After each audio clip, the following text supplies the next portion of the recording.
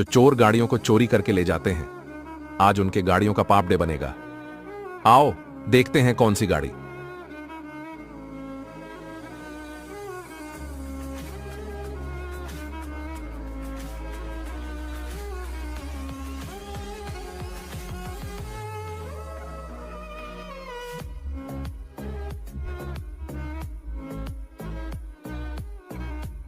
चोरी की लगता है, यही गाड़ी चोरी की है।